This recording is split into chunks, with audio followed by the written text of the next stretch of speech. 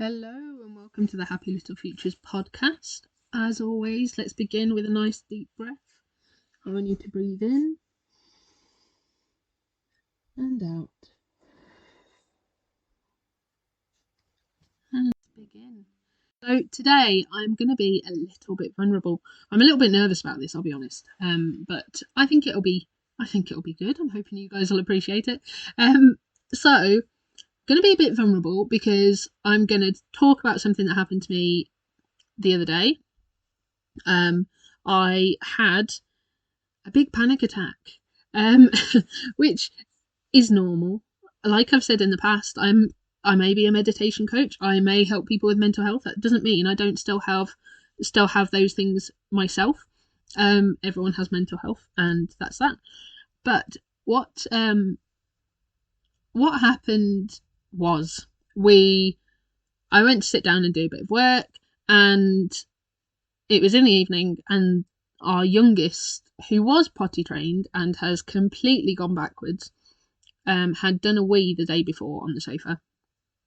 I thought it was a little bit, we'd mopped it up, we cleaned it, it was sorted as far as we were aware, and then I sat down last night to work, or the other day or whenever it was, sat down to work, and I was like, it still smells a lot, even though we've cleaned this, even though we've done it all, we've dried it up, and when I had another look, it had soaked straight through all the cushions on the sofa.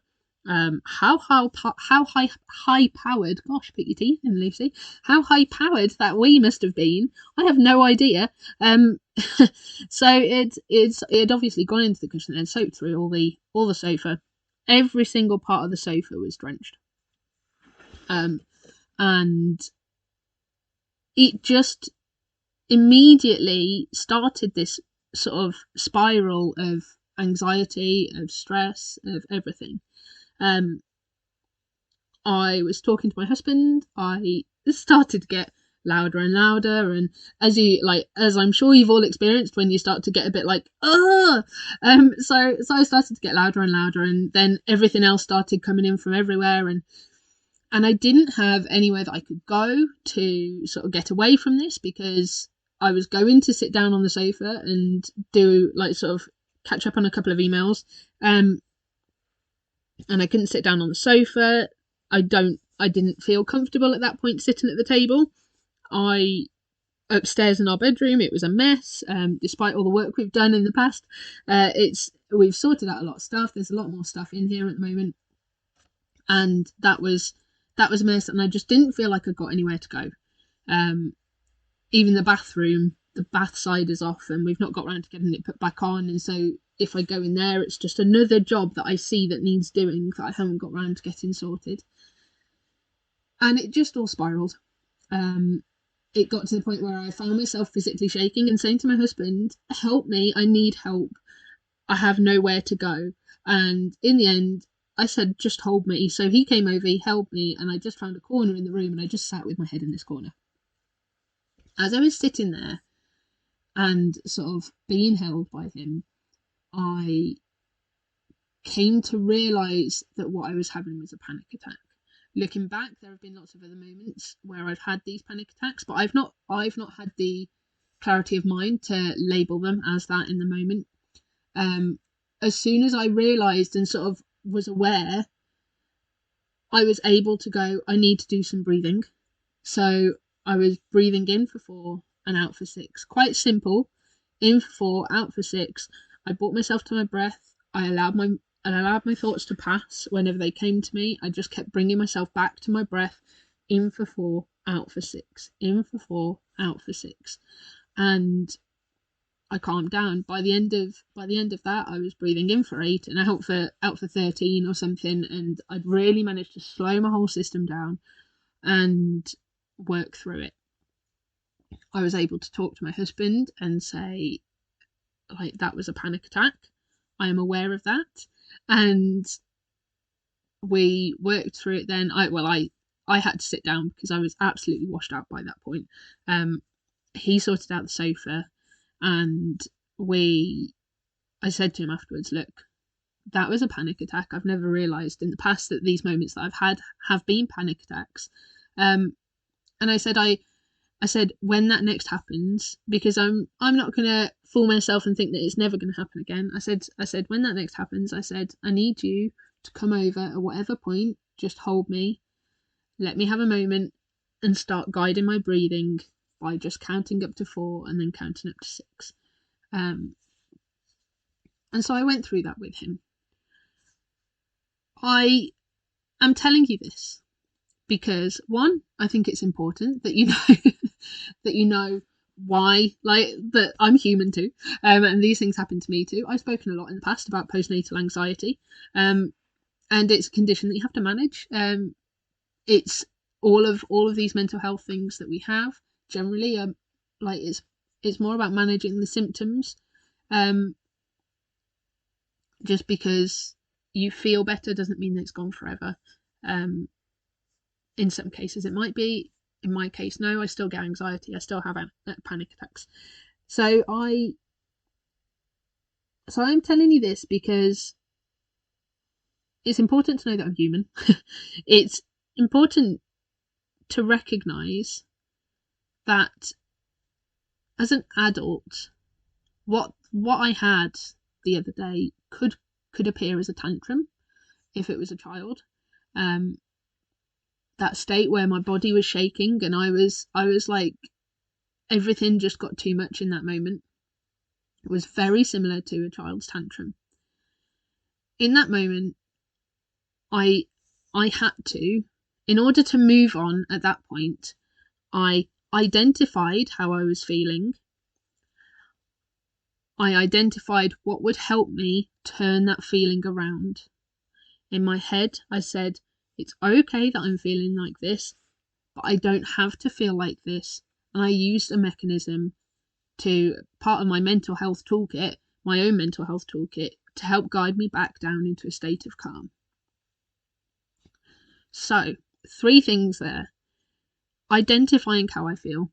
That's obviously taken a lot of practice. It involves talking about feelings. A lot of what we do at home with the children is sort of modelling that we're identifying how we're feeling. And helping them to identify how they're feeling both in their body and in their mind.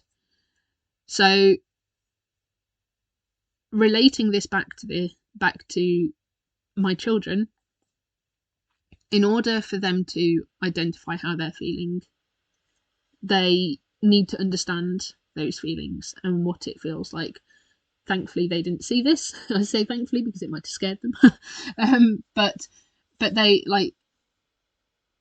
have to be able to identify that. In that moment, as a grown adult who meditates daily and practices all of these things, it wasn't necessarily easy for me to identify this. As I said, it was the first time that I've properly sort of well and truly sat there and gone, like, being able to fully label this. In the past, I've known that I'm stressed. I've known that I'm anxious, but for me, not having that identification of a panic attack hadn't actually helped me to sort of bring my level down. I've in the past been able to bring my level down and sort of calm myself, but by labeling it as a panic attack, I was able to go, no, I can turn this around. I can feel this way. I didn't know how to do this as a child.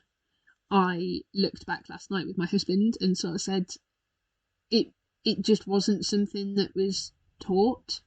It wasn't something that I knew how to do. I didn't know how to breathe as a child. Not that I didn't know how to breathe, but no one ever taught me how to take a deep breath. No one ever taught me the value of that deep breath. And I said to him, this is why we're teaching our kids this from a young age, because that was difficult for me to do in that moment. But as I've said in the past, my son and my youngest daughter are able to use their breath to help bring themselves down. And that is, I have a whole newfound respect for them, in being able to listen in that moment to do that. And they actually identify it themselves sometimes and start doing it themselves. And so it sort of emphasised for me the value of being taught from a young age how to breathe, how to then apply that to moments throughout your day where you might need to breathe. I also talk a lot with our kids about sort of the fact that you have the power to change how you feel. This isn't something that I really understood until I became an adult. Because again, it wasn't something that was really spoken about in, like, when we were younger. You were happy or you were sad. Like at school, you were happy or you were sad. And it was, oh, let's, like, maybe tomorrow will be better or something. It's not like, well, we can make it better by thinking this way, by doing affirmations and stuff like that. And I talk with my children a lot about how we can change how we feel, how we've got that power within us. And I help them to understand ways in which they can do that. Again, applying it isn't, like, in the moment, isn't necessarily easy, but it's something that with time will become easier for them. So that's important. And also, within all of this, I've spoken a lot about meditation, obviously, because I'm a meditation coach, but I've spoken a lot about how it can help our mental health. The technique that I used yesterday is a technique that I use in all my meditations that I do. I think it's quite a powerful thing and a relatively easy thing to sort of get into the habit of doing. When we meditate, we become more aware of ourselves. We become more connected with ourselves, connected with our emotions. We notice our thoughts more clearly. As I have said in the past, there is no worry if you're having lots of thoughts in meditation. You can't just turn your thoughts off. However, meditating allows us to see them for what they are, which is thoughts, and allows us to sort of enable ourselves to let them go, which allows ourselves to live more presently as a consequence. Labeling the fact that in that moment I was having all these thoughts and that I was feeling anxious and having a panic attack. And then the fact that when I meditate, I have to learn to let go of these thoughts and bring myself back to the breath, or back to a sense, or back to whatever is going on in that guided meditation at the time, or that moment that I'm doing if I'm just meditating on my own. Having that experience daily in meditation meant that in the moment, in that present moment where I was very much in fight or flight sort of state, I was able to identify the thought and the feeling for what it was, and I was able to bring myself back to the body and the breath. Meditation is a very powerful thing to do. Using meditation to help our mental health isn't easy, but can be just as powerful. By practicing meditation regularly, you become more accustomed through busy days, through calm days, through anxious days, through relaxed days. You become more accustomed to your body, to your mind, to how your body feels, to what you find easiest to use as a mental anchor, to different types of mental anchor to use. And that enables us then throughout our day, because we practice it like we practice any skill, it enables us throughout our day to draw upon that skill and that practice more readily. It's like practicing the cello. When I used to practice my cello, I used to do my scales and arpeggios, I used to do all of that sort of stuff. As a kid, I'll be honest, I used to go, I don't want to practice my cello, but I did it anyway. By practicing my cello at the age of 7 or whatever it was when I first started, when it was probably exciting, and practicing those scales and all the sort of boring stuff you can't see me doing. I'm doing my little bunny ear inverted comma things. By practicing all the boring stuff, when it came to sort of 10 years later, being in an orchestra where we were travelling across to Prague to perform symphonies and stuff like that, I was able to draw upon those basic skills of scales to allow my fingers to sort of know where to go more readily when I was playing these symphony parts from sight, when I was playing concertos, stuff like that. When I did A-level music, when I did my sort of I can't even remember what it's called, like repertoire concert thing for my A-level music, it allowed me to draw upon that sort of that skill to trust my fingers, to trust my body, to know where it needed to go. It's sort of like muscle memory, isn't it? When you're driving, you automatically, by the end of it, you automatically change gear, you automatically do all of that sort of stuff. And it does become muscle memory. And it's the same with meditation. By practicing meditation, you're essentially practicing your scales. You're essentially practicing going from first gear into second gear, into third gear, into fourth gear. So that then when you're going down a slip road onto the motorway, when you're going and performing a concerto in front of a room full of people, when you're in a panic attack, you are able to draw upon that muscle memory more easily because you've practiced it. So for me, sort of part of being vulnerable today, part of reliving almost that panic attack, going through it in a bit more detail as to how my body felt, how my mind felt. Also the fact that in that moment, a big part for me, it did make me sort of sit back in the evening and go, I didn't have a safe space in that moment. It was important to me and my body and my mind in that moment that I had somewhere safe to go.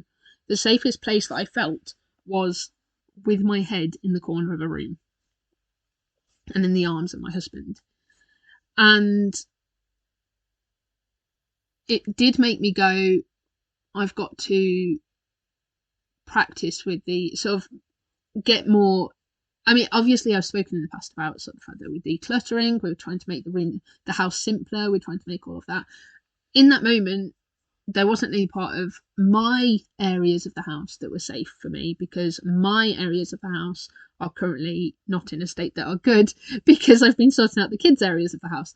But it labelled that importance that the kids have their safe spaces in the house, that the kids have their mindful areas of the house. They're places where, I've said before, like my eldest is into crafts, and for her a lot of the most mindful stuff is crafting. And so for her, having that safe space to go away to and craft is important. So it was quite eye-opening in that sense, the importance of having that space for me. I thought back to Cass from Clutterbug. Again, I've spoken about her in the past. She's said on a few podcasts that having that calm space that you wake up to and you go to sleep to is really important. It doesn't matter where you put all the clutter, as long as it's not in your space, as long as your calm space, your bedroom, is a nice calm place. And I've heard this and I've done the kids stuff and I've gone, no, it's fine, because you know what, it's actually really important that they have that space. And in that moment, in those moments afterwards, I did sit back and I sort of went, she's right. Yeah, actually, in that moment, I needed that calm space and I didn't have that. And that was important. So feeling quite vulnerable, but hopefully by giving you guys this insight, it's enabled you to see the importance of meditation as a practice. It's enabled you to understand more how it can help you as a human, you as your own person, your children as their own people, how it can help them and yourself to be more present, to manage your feelings and emotions, to change how you feel, with this sort of like relived example of me going through it. The big thing that came through all of this for me was the importance of me teaching our children how to do this. it really emphasized for me why I am doing this, because I was never taught to calm down. Not in the sense, like, I'm not saying my parents weren't there to help me calm down. I'm not saying that they weren't there to do whatever, but I personally did not know how to calm myself down in those moments, because it's not part of a school curriculum. It's not something that's taught day to day in life. It's something that you have to learn yourself. And unless you are taught this sort of as a child, really, or at some point, you don't know how to do that. And it just really emphasized that point of why I'm doing what I'm doing, why I'm teaching my kids how to be mindful, how to use their breath and techniques that we use in meditation, how to use all of those effectively throughout the day. It reminded me why I'm teaching parents how to teach their children with the Helping Kids course. That's what I do, is I teach parents how to teach their children how to breathe, how to, like, what calm down mechanisms work for them, what things are most mindful for them, how to engage more presently with different activities, and how to move on from there. And then it sort of teaches them how they can use that in a more when their child is in a more heightened state of emotion, how they can identify what is more likely to work for their child in those moments. It emphasized to me why my parents' coaching course is so important, where I'm teaching parents how to do this for themselves, how to meditate, but also then how to use the skills from meditation to draw upon them throughout the day, to practice them and find something that works for them, so that in that moment of heightened emotion of their own, like I was the other day, they can then draw upon those emotions, on those skills and techniques, from meditation that they practice, to build up that mental health toolkit and to help them calm down in the moment. And it emphasized why I'm doing my weekly reset, which is just a 30-minute guided meditation. There's no coaching or anything, but it's a moment to come together as part of a community. It's a moment to sit down and meditate through purposeful guided meditation.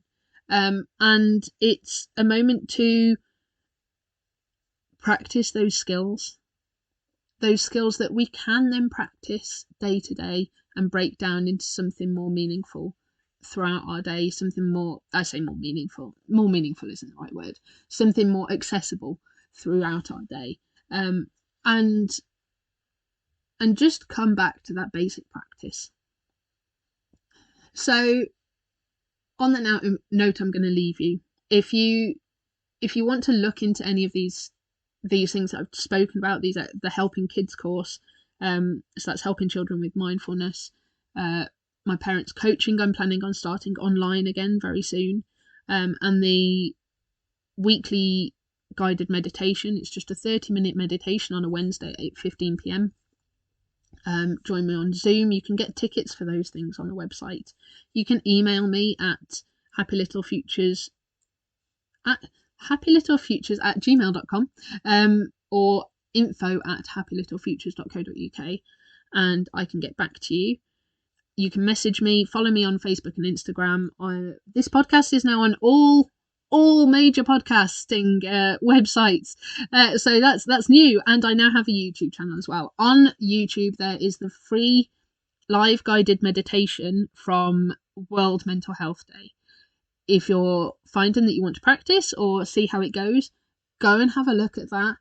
Just get a room. There's a little bit of ramble from me at the start and at the end, obviously, because not everyone had joined in before, not everyone knew who I was. So there's a little bit of ramble at the start and at the end. But there is a free half an hour guided meditation on there that you can do whenever you want. So take a look at YouTube as well. All of these are just Happy Little Futures. So I will leave you with that anyway. I've sort of rambled enough. I've gone on.